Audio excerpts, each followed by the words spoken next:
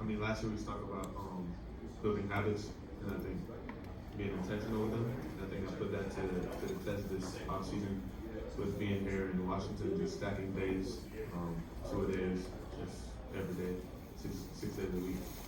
And I think it showed a little bit during the America Cup to be able to apply what you work on during the offseason and to be able to put it in the right place.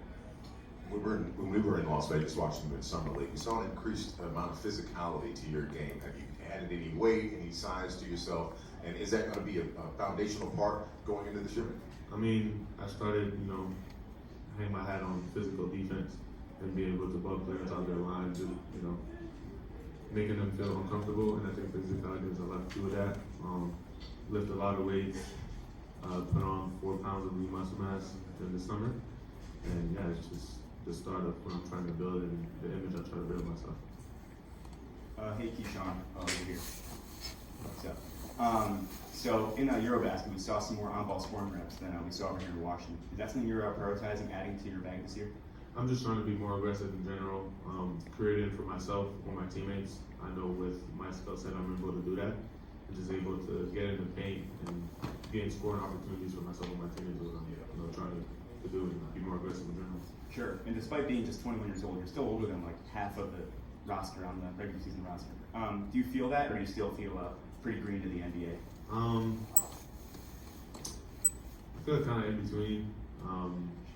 I definitely don't feel old at all. Just to make it, clear.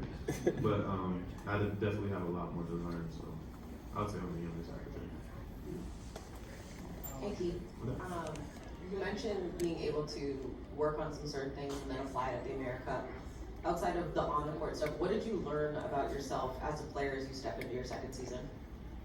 I think I can hang myself on my habits and my consistency. Just a testament to myself, just being here in Washington, working on the offseason, doing 2 days like I mentioned before.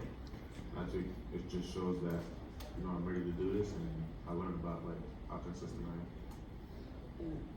Last year with your defensive presence, we saw you take really good strides. What's that next step for you on the defensive end that you want to be able to be known for in this season as you continue to evolve your game defensively? I think doing it night in, night out, whoever I'm guarding has to be the same standard. A couple fouls, started a foul in the lot at the beginning of last year. Just learning, just continue to learn in general, and just making sure I take a step forward every time I step on the court. Hey Kyshawn, how you doing? We all know you're a very competitive guy.